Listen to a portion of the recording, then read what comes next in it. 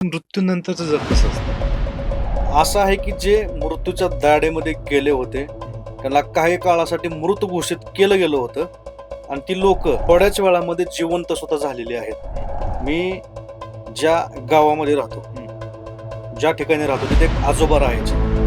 त्यांना आम्ही नाना म्हणायचो. नागानाना असं त्यांचं नाव. ते झोपल्यानंतर अचानक 4-4:30ची वेळ झाली असेल तर ते झोपल्या जागेवरून असे उठून ह्या कोपऱ्याने असे पुढे खरडायला लागले. स्वतःच्या शरीराला पुढे झेपावून घ्यायला लागले. त्यांच्या अंगाला अशी थरथरी पूर्ण सुटलेली होती. त्यांना काय बोलता येणं गेलं. त्यांची बुबडी वळाली होती. ज्या वेळेस ते बोलायला लागले तर त्यावेळेस ते असं सांगायला लागले की 3 तात्र्या माझ्यापाशी आल्या. मी झोपलेलो होतो. मला त्यांनी उचललं आणि वरती घेऊन गेले. मी अशी 2 अकराळ विकराळ माणसं पाहिली ज्याला आपण यम ते म्हणायचे हे 100% यमच असणार. तर ते म्हटले की ह्याची अजून वेळ आलेली नाही, तुम्ही चुकीच्या माणसाला आणता. अमेरिकेमध्ये न्यूयॉर्क सिटी तिथे एक हॉस्पिटल आहे. त्या हॉस्पिटलमध्ये एक पेशंट होता आणि तो बरेच वर्ष कोमामध्ये होता. मग तो कोमात असताना एक दिवस डॉक्टरांनी त्याला मृत म्हणून घोषित केलं. त्याचा मृत्यू झालेला होता आणि बरोबर 11 मिनिटानंतर त्याचा श्वास पुन्हा चालायला लागला आणि त्याच्यानंतर त्याला असा काही दिव्य प्रकाश दिसला. डोळ्याला दिपवून टाकणारा असा काही दिव्य प्रकाश त्याला दिसला. त्या प्रकाशामध्ये त्याला अशा काही आकृती दिसल्या की त्याच्या पाठीमागच्या पिढीतली जी काही त्याची ते पूर्वजांचं दर्शन त्याला.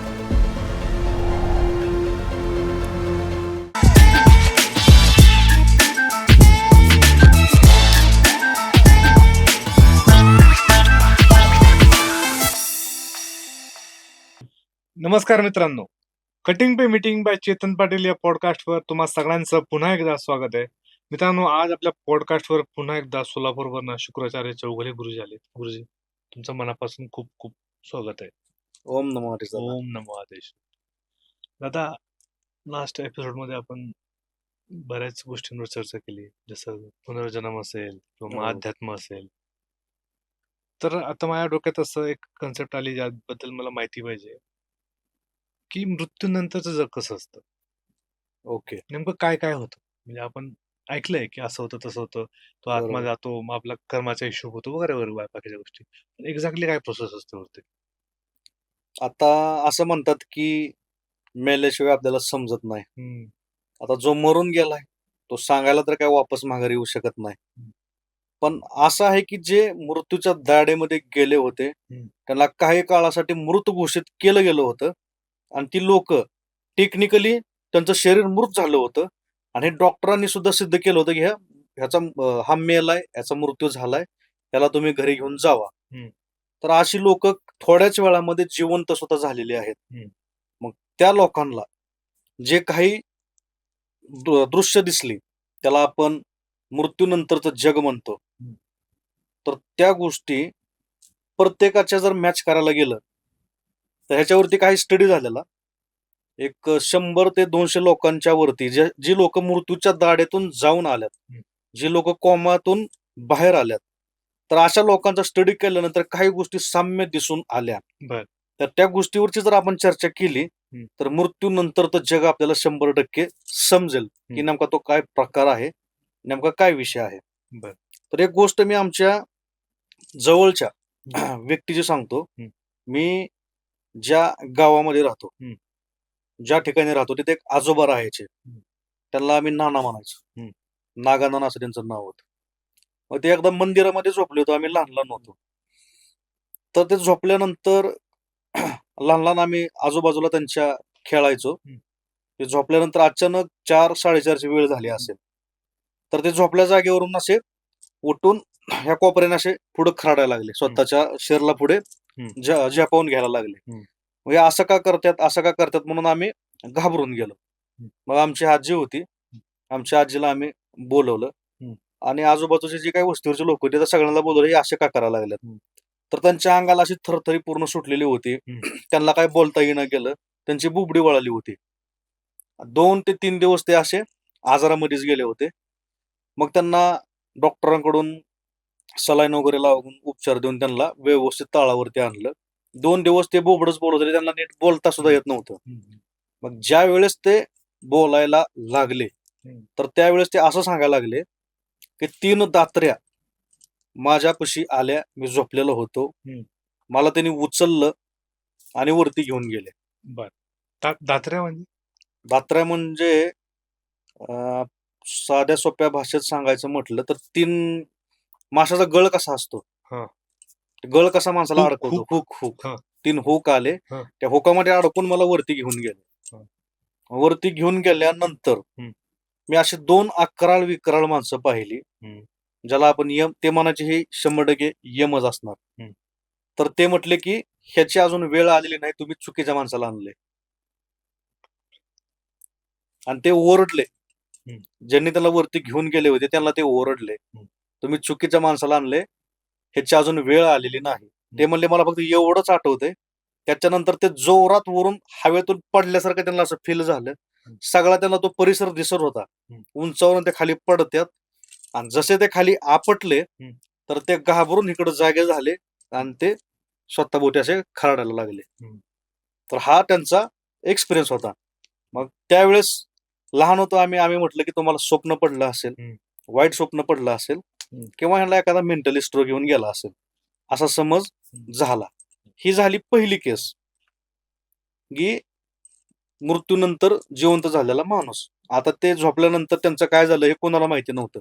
पण हॉस्पिटलमधल्या मी तुम्हाला अशा काही गोष्टी सांगतो की तिथं डॉक्टरांनी सिद्ध केलं होतं की हा माणूस मृत झालाय आणि तो माणूस थोड्या काळानंतर जिवंत झाला. हम्म.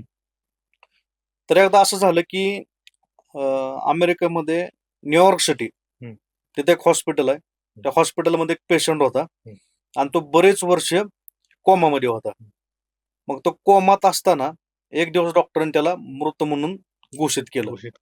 त्याचा मृत्यू झालेला होता आणि बरोबर 11 मिनिटानंतर त्याचा श्वास पुन्हा चालायला लागला.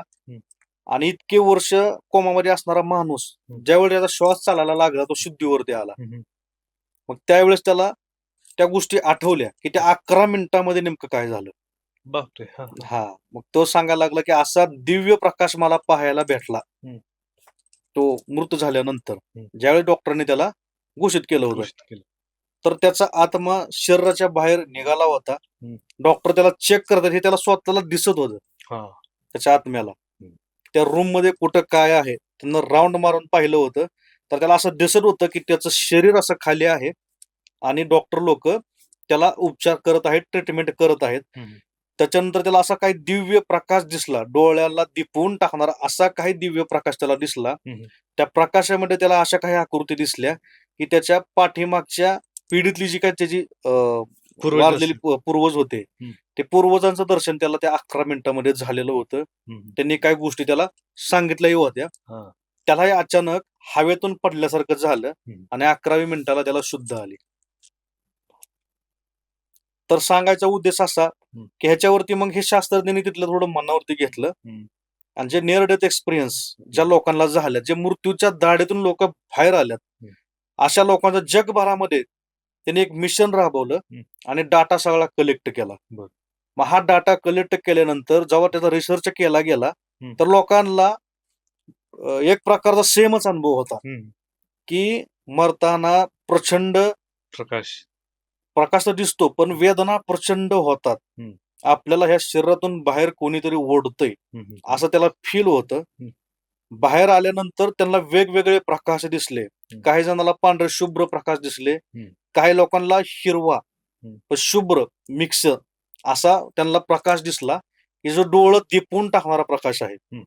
काही लोकांना त्यांच्या नातेवाईकांचं दर्शन झालं, काही लोकांना अकराळ विकराळ गोष्टींचं, भयावह गोष्टींचं दर्शन झालं, काही लोकांना दिव्य लोकांचं दर्शन झालं. तर असे वेगवेगळे अनुभव आहेत. पण साम्य ह्याच्यामध्ये एवढं आले की शुभ्र आणि दिव्य प्रकाश दिसतो आणि त्याच्यानंतर ज्यावेळी त्या शरीरामध्ये वापस माघारी आले तर उंचावरून त्यांना कोणीतरी ढकललंय, ते वरून खाली पडतात असा सेम एक्सपिरियन्स प्रत्येकाला आलेला आहे. आणि त्याच्यानंतर ती लोक काही वर्ष जगलेत सुद्धा. अजून एक महाराष्ट्रामध्ये किस्सा फेमस झालेला, एक म्हातारी होती, ती म्हातारी मेली म्हणून घोषित झाली आणि ती खरं मेलेलीच होती. मग तिची ती ताटी म्हणतात गावाकडे त्याला, ते ताटी बांधली, सगळे नातेवाईक रडत्यात, पाहुणेरावळे सगळे गोळा झाल्यात हम्म. तर त्या म्हातारीला सरणावरती घेऊन चालले होते. हम्म. गावाकडे कसं असतं की स्मशानात कमी जाळतात, प्रत्येकाची शेती आहेत. हम्म. मग घरामधलं जर कोण डेथ झालं, कोणाचा मृत्यू झाला, हम्म. तर आपल्या प्रत्येकाच्या शेतामध्ये कोपऱ्यामध्ये नेऊन त्याचा जो अंत्यविधी करत असतात. करत असतो. मग तसंच त्या म्हातारीला अंत्यविधीसाठी घेऊन चालले होते. हम्म. तिला पण त्या सरणावरती ठेवलं होतं. हम्म. फक्त शेवटचा विधी राहिला होता, हम्म. तो म्हणजे अग्नीचा. हम्म. तर त्यावेळेस ती म्हातारी खडबडून जागे झाली, सरणार उठून बसली आणि त्याच्यानंतर ती 12 वर्ष जगली होती. बापरे. आणि तिला पण असा सेम एक्सपिरियन्स झाला होता. गीतांजली त्या महिलेचं नाव होतं. तर महाराष्ट्रामध्ये सुद्धा अशी बरीचशी लोक आहेत हम्म. ते मृत्यूच्या दाढेतून जाऊन माघारी आल्यात. आपल्या कमेंट सेक्शन मध्ये सुद्धा काही लोकांच्या नातेवाईक असतील त्यांच्या बाबतीत घडले, तर काही लोकांच्या बाबतीत सुद्धा घडलेलं आहे. ती लोक आपल्या कमेंट सेक्शन मध्ये येऊन सांगतील की आमच्या बाबतीत असं असं घडलंय. एवढी लोक आपल्या महाराष्ट्रामध्ये अवेलेबल आहेत. खरंय. मग ही श्रद्धा आहे का, अंधश्रद्धा आहे का, भ्रम आहे, तो काय माहिती नाही, पण एक्सपिरियन्स मात्र सर्वांना सेम आल्यात. सेम आले. एकदा मी आज तक वर एक इंटरव्ह्यू पाहिला होता एका म्हाताऱ्याचा. तर त्याचं तेच झालं की त्याला पण एक 5-7 मिनिटं आधी हो डेट डिक्लेअर केलं गेलं होतं बरोबर. आणि नंतर तो जिवंत झाला. त्याला सांगितलं की काय होतं, तर तो म्हटला की दिव्य प्रकाश होता हो. आणि अशी सोन्याची शिडी होती. हम्म. त्या शिडीवरून मला वरती जायचं होतं असं ते सांगत होते लोक की तुला आता बरोबर. इथनं वरती जायचंय आणि मग पुढे तुझे जे होईल ते होईल हम्म. असं.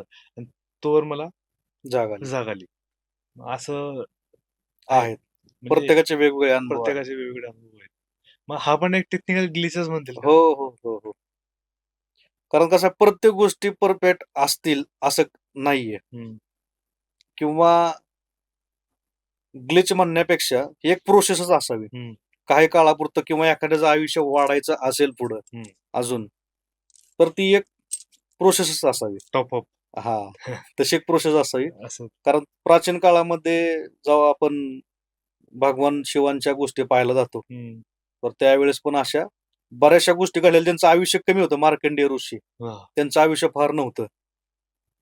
त्यांच्या वडिलांना भगवान शिवशंकरांनी वरदान दिलं होतं की हा मुलगा फक्त 12 वर्ष जगेल.